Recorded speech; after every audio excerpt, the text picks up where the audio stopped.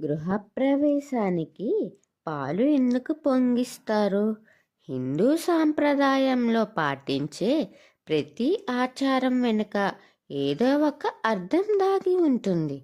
ఇల్లు అనేది ఒక కుటుంబం, ఒక వంశం సుఖ సంతోషాలతో, ఆనందాలతో ఉండటానికి ఏర్పరచుకున్న ఒక నివాసం. ఇవ్వడానికి ప్రస్ఫుటంగా కనపడేది పాలల్లోనే.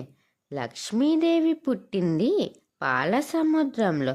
అలాగే లక్ష్మీనారాయణల నిలయమైన పాల సముద్రంలో సహజీవనం, సామరస్యం, సంతోషం వంటి తరంగాలు ఉంటాయి.